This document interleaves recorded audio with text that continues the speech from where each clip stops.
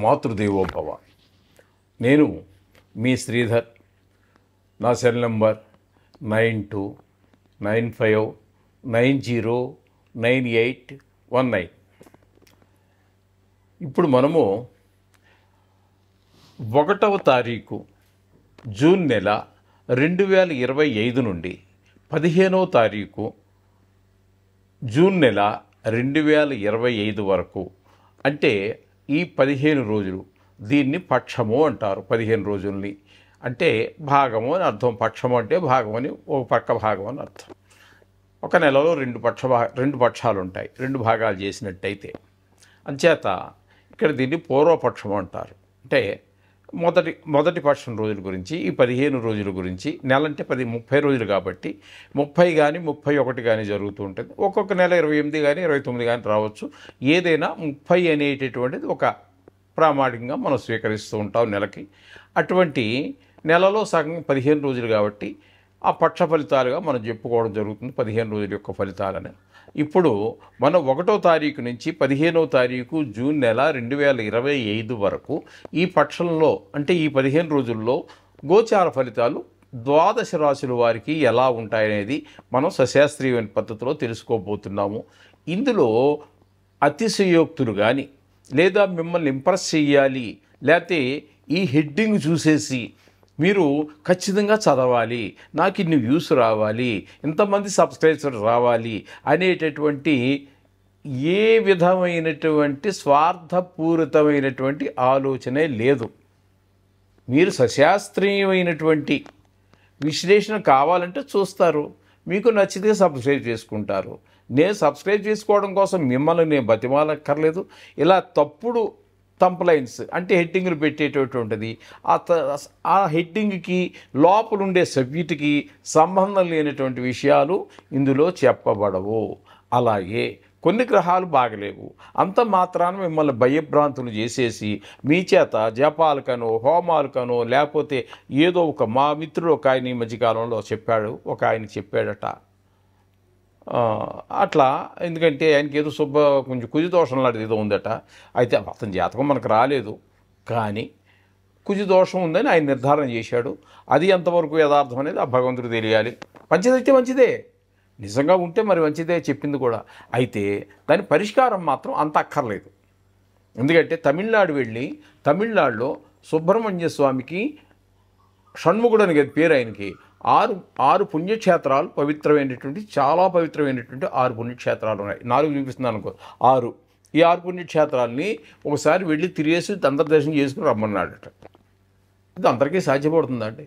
ఒక పేదవాడు ఉన్నాడు, ఒక భాష రానివాడు ఉన్నాడు, చదువుకోనివాడు ఎక్కడ ట్రైన్ ఎక్కాలో, ఎక్కడ ట్రైన్ దిగాలో, ఏ రూట్లో వెళ్ళాలో వాడు అంతా గట్టిగా తిరిగితే ఆంధ్ర మన లేకపోతే తెలంగాణలోనూ పూర్తిగా కూడా తిరిగి ఉన్నటువంటి వ్యక్తి వేరే రాష్ట్రం పోయి ఎక్కడ తిరిగి అతనికి ఆర్థిక పరిస్థితి ఉండాలి కదా. ఇవన్నీ ఆలోచించాలి మనం. ఇవి ఇట్లాంటి భయంకరమైనటువంటి శాస్త్రకారులు ఎప్పుడూ చెప్పలేదు. మనం ఇంటి దగ్గర కూర్చొని చేసుకునేటటువంటిది, లేదా ఇంటి దగ్గరలో ఉన్నటువంటి గుళ్ళోకి వెళ్ళి చేసుకునేటటువంటిది, దాన్ని కూడా ఎక్కువ ధనాన్ని ఖర్చు పెట్టి చేసుకునేటటువంటివి, ఎక్కువ ద్రవ్యం ఖర్చు అవ్వకుండా చేసుకునేటటువంటి విధానాలు అనేక చెప్పబడి ఉన్నాయి శాస్త్రాల్లో. అట్లాగే అవి ఏవైతే ఉన్నాయో అవి సూక్ష్మంలో మీకు చెప్పడానికి నేను ప్రయత్నం చేస్తాను. డబ్బులు ఉన్నవాళ్ళు ఓకే, సంతోషం, ఖర్చు పెట్టుకోండి, విత్తం కొద్దీ వైభవం, ఓకే.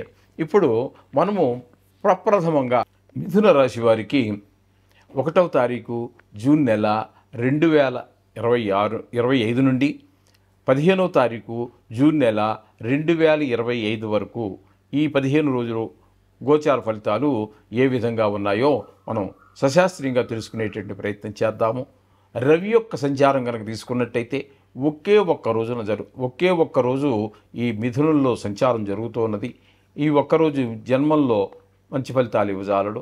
మరి మిగతా పక్ష ఫలితాలు చెప్పుకుంటున్నాం కదా, మిగతా 14 రోజులు ఏంటనే ప్రశ్న మీకు ఉదయించాలి. కాబట్టి ఈ మిగతా 14 రోజులు కూడా ఏ స్థానంలో సంచారం చేస్తూ ఉన్నారు. కాబట్టి రవి ఏ స్థానంలో కానీ లేదా జన్మస్థానంలో కానీ శుభ ఫలితములను ఇవ్వజాలరు. ఏ స్థానంలో ఉన్నప్పుడు కానీ, జన్మంలో ఉన్నప్పుడు కానీ ఆరోగ్యపరమైనటువంటి సమస్యలు, వ్యయ స్థానంలో ఉన్నప్పుడు ధన వ్యయము, జన్మంలో ఉన్నప్పుడు మంచి ప్రవర్తన లేకపోవడం, చెడు ఆలోచనలకు వైపు ఎక్కువగా ఆకర్షించబడటము లాంటి ప్రయత్నాలన్నీ జరుగుతూ ఉంటాయి మనసుకి. ఈ విధమైన ఫలితాలన్నీ కూడా మనకి జన్మంలో ఉన్నప్పుడు జరుగుతూ ఉంటాయి రవి భగవానుడి వల్ల. మొత్తం మీద ఈ మిథున రాశి వారికి రవి యొక్క సంచారం శుభప్రదమైన ఫలితములను ఈ 15 రోజులు ఇవ్వజాలదు. అలాగే బుధుని యొక్క సంచారం కనుక కూడా, రవితో పాటుగా బుధుని యొక్క సంచారం కూడా జన్మంలో ఒక 9 రోజులు జరుగుతున్నది. మరి మనం చెప్పుకున్న 15 రోజులు పక్ష ఫలితాలు కాబట్టి మిగతా 6 రోజులు వ్యయస్థానంలో సంచారం జరుగుతోంది. ఇక్కడ మనం చెప్పుకోవాలి అన్నట్టయితే బుధుని యొక్క సంచారము వ్యయస్థానంలో కానీ జన్మంలో కానీ శుభప్రదమైనటువంటి ఫలితములను ఇవ్వజాలదు. వ్యయస్థానంలో ఉన్నప్పుడు మొత్తం కొంచెం ధన వ్యయము, వృధా వ్యయము జరుగుతూ ఉంటుంది. అలాగే జన్మంలో ఉన్నప్పుడు మంచి ప్రవర్తన లేకపోవడం, ఇట్లాంటివన్నీ కూడా చెడువైపు ఎక్కువ ఆకర్షితులు కావడం, మన తెలివితేటలు ప్రదర్శించలేకపోవటం, ఉండి కూడా ప్రదర్శించలేకపోవటం లాంటి ఫలితాలన్నీ కూడా మనకి బుధుని యొక్క సంచారం వల్ల జరుగుతూ ఉన్నది. ఇకపోతే గురువు యొక్క సంచారం తీసుకున్నట్టయితే జన్మంలోనే గురువు యొక్క సంచారం చాలా శుభప్రదమైనటువంటి ఫలితాలన్నీ ఇస్తూ ఉంటుందండి. గోచార రీత్యా జన్మంలో గురువు శుభప్రదమైన ఫలితాలు ఇవ్వజాలరండి. అదే కాకుండా ఇక్కడ గురువు యొక్క సంచారం జన్మంలో ఉండటం వల్ల 9వ తారీఖు నుంచి గురుమూఢం ఏర్పడుతున్నది. గురుమూఢం ఏర్పడిన కాలంలో దాన్ని అశుభ, అంటే గురువు యొక్క బలం లేని కారణంగా దాన్ని ఆ కాలంలో ఒక గుడి ప్రతిష్టలు కానీ, వివాహాది శుభకార్యాలు కానీ, వివాహ ఉపనయన, గుడి ప్రతిష్ట ఇట్లాంటి శుభప్రదమైన గృహ ప్రవేశం, గృహ నిర్మాణం ఇట్లాంటివి కూడా ఈ అశుభకాలంలో, అంటే గురుమూఢం కాలంలో వాళ్ళు ఎవరు కూడా చెయ్యరండి. ఇదొకటి మీరు గుర్తుపెట్టుకోవాల్సి ఉంటుంది. ఇకపోతే ద్వితీయ స్థానంలోను తృతీయ స్థానం 2 స్థానాల్లో కుజుని యొక్క సంచారం జరుగుతోంది. కుజుని యొక్క సంచారము ద్వితీయ స్థానంలో శుభ ఫలితములను ఇవ్వజాలడు. ద్వితీయ స్థానంలో ఉన్నప్పుడు ధనానికి లోటు రావటము, మాటలో కఠినత్వం పెరగటం, కుటుంబంలో ఆహ్లాదకరమైనటువంటి పరిస్థితి లేకపోవటం లాంటివి ఒక్క 4 రోజులు జరుగుతూ ఉంటాయి. తదుపరి 11 రోజులు మీరు తృతీయ స్థానంలో సంచారం చేస్తూ ఉన్నారు. తృతీయ స్థానంలో ఆయన అందరి యొక్క సోదరులు, ఇంట్లో కుటుంబ సభ్యులు, అన్నదమ్ములు, అలాగే వ్యాపార స్థలంలో మన లేతే మన స్థాయిలో ఉన్నవారు, పై స్థాయిలో ఉన్నవారు, కింద స్థాయిలో ఉన్నవారు, అలాగే ప్రైవేట్ ఉద్యోగంలో ఉన్నవారు, ఎక్కడ ఏదో రకమైన వృత్తి చేస్తూనే ఉంటాం కాబట్టి ఆయా ప్రదేశాల్లో ఉన్నటువంటి వ్యక్తులందరూ కూడా మీకు సహాయ సహకారాలు ఒక 11 రోజులు, అంటే తృతీయ స్థానంలో సంచారం చేసేటప్పుడు చక్కటి ఫలితాలన్నీ కూడా కుజు ప్రభావం వల్ల ఇస్తూ ఉన్నారు. అలాగే ఆయనతో పాటుగానే కేతుగ్రహ సంచారం కూడా సేమ్ ఫలితాలు. కేతు కుజవతు, కేతువు కుజుడిచ్చే ఫలితాలు చెప్తారు కాబట్టి ఈ 3వ స్థానంలో ఆయన సంచారం చేసే 15 రోజులు, కుజుడు 11 రోజులు మంచి ఫలితాలు ఇస్తూ ఉంటే కేతు 15 రోజులు కూడా మంచి ఫలితాలు ఇస్తూ ఉంటాడు. అందరి యొక్క సహాయ సహకారాల ద్వారా మనిషిని నాకు అందరూ మనసా వాచా కర్మణ సహకరిస్తున్నారు కాబట్టి చాలా శుభప్రదంగా గడిచిపోతూ ఉంటుంది. ఇకపోతే 9వ స్థానంలో రాహుగ్రహ సంచారం. 9వ స్థానంలో రాహుగ్రహ సంచారం అంత శుభప్రదమైనటువంటి ఫలితాలు ఉండవండి. తండ్రి గారు ఆరోగ్య విషయంలో కొన్ని ఇబ్బందులు ఏర్పడేటటువంటి పరిస్థితులు ఏర్పడుతూ ఉంటాయి. అలాగే దాన ధర్మాలు, గుడికి ఏదో వెళ్ళాలనుకుంటారు, వెళ్ళలేరు, ఏదో కారణం, మీరు టికెట్ రిజర్వేషన్ చేసుకున్నా కూడా ఏదో కారణం అడ్డొస్తూ ఉంటుంది. తద్వారా గుళ్ళకు గోపురాలకి వెళ్ళటం ఇట్లాంటివి ఉండవు. అలాగే కొన్ని సౌఖ్యాలు, వాహనం ఉంది, మీరు ఎక్కడికో దాన్ని తీసుకెళ్లాలనుకునే టైంకి ఏదో యంత్రం కదండి సహజం కాబట్టి ఏదో రిపేర్ వస్తుంది, దాన్ని ఉపయోగించుకోలేని పరిస్థితి. మరో రకంగా వెళ్తారులేండి, ఆ పని అయితే వెళ్తారు, కానీ అది మిమ్మల్ని ఇబ్బంది పెట్టేటువంటి పరిస్థితులన్నీ కూడా మనకి ఇక్కడ కనబడుతూ ఉంటాయి 9వ స్థానంలో.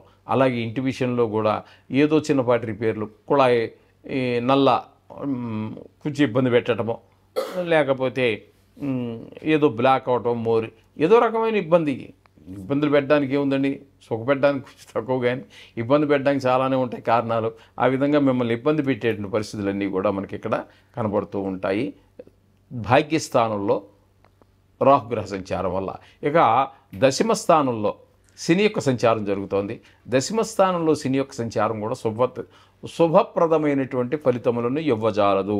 ఉద్యోగపరమైనటువంటి చికాకులు చాలా కలిగిస్తూ ఉంటుంది ఉద్యోగపరంగా. అలాగే మరి వ్యాపారం చేసుకుంటే ఆ విధంగా ఎవరో మీరు ఎంత గొప్ప వ్యాపారం చేసినా అది కోట్ల మీద బిజినెస్ కావచ్చు, చిన్నపాటి రోడ్డు పక్కన మిరపకాయ బజ్జీ వ్యాపారం కావచ్చు, ఎవరు ఏది చేసినా, లేదా ప్రభుత్వోద్యోగం కూడా కావచ్చు, అక్కడ ఇబ్బందులు ఉంటాయి. లేదా పెద్ద పెద్ద కోట్ల మీద వ్యాపారం చేస్తూ ఉంటారు. ఇన్కమ్ ట్యాక్స్ వాళ్ళు లేకపోతే సేల్ ట్యాక్స్ వాళ్ళు వచ్చి మీద పడటం ఏదో ఒకటి చేస్తూ ఉంటారు. ఈ విధమైన ఇబ్బందులన్నీ, వృత్తిపరమైన ఇబ్బందులన్నింటినీ కలుగజేస్తూ ఉంటాడు శని భగవానుడు. ఇక ఏకాదశ స్థానంలో కనుక మనం తీసుకున్నట్టయితే ఏకాదశ స్థానంలో శుక్రుని యొక్క సంచారం జరుగుతోంది. ఇది చాలా శుభప్రదమైనటువంటి ఫలితాలన్నీ ఇస్తుంటుంది. ధనానికి మీకు లోటు రాకుండా కాపాడుతూ ఉంటాడు. ఏ వ్యవహారం మొదలెట్టినా దిగ్విజయంగా కనపడుతూ ఉంటుంది. అలాగే సంగీత, సాహిత్య, లలిత సంగీతం ఇట్లాంటివన్నీ, లలిత కళలకు సంబంధించి ఎందులో మీకు ప్రవేశం ఉన్న మంచి మీకు ఒక స్థితిని కల్పిస్తాడు. అలాగే షేర్ మార్కెట్లో పెట్టుబడి పెట్టేటటువంటి వారికి మరీ లాభస్థానంలో ఉన్నాడు కాబట్టి మరీ గొప్పగా చెప్పుకోవచ్చు. అలాగే ఈ టీవీ రంగంలో, సినిమా రంగంలో, సోషల్ మీడియాలో ఉన్నటువంటి వారికి కూడా చాలా ప్రోత్సాహాన్ని అందిస్తాడు శుక్ర భగవానుడు. ఇకపోతే మనం బుధుడు గురించి, రవి గురించి చెప్పేసుకోవడం జరిగింది. ఎందుకంటే వాళ్ళు జన్మల్లో కంటే వెనక ప్లేసుల్లోనూ కూడా జరగడం, మనం వాళ్ళ గురించి ప్రారంభమే అక్కడ చెప్పుకున్నాం కాబట్టి అప్పుడే చెప్పేసుకున్నాం కాబట్టి ఇక ఈ విధమైనటువంటి ఫలితాలన్నీ కూడా జరుగుతూ ఉంటాయి. ఈ కాలంలో ఇప్పుడు ఈ మధ్యకాలం అంటే ఈ 15 రోజుల్లో ఎవరైనా జన్మించినట్టయితే వారికి తప్పకుండా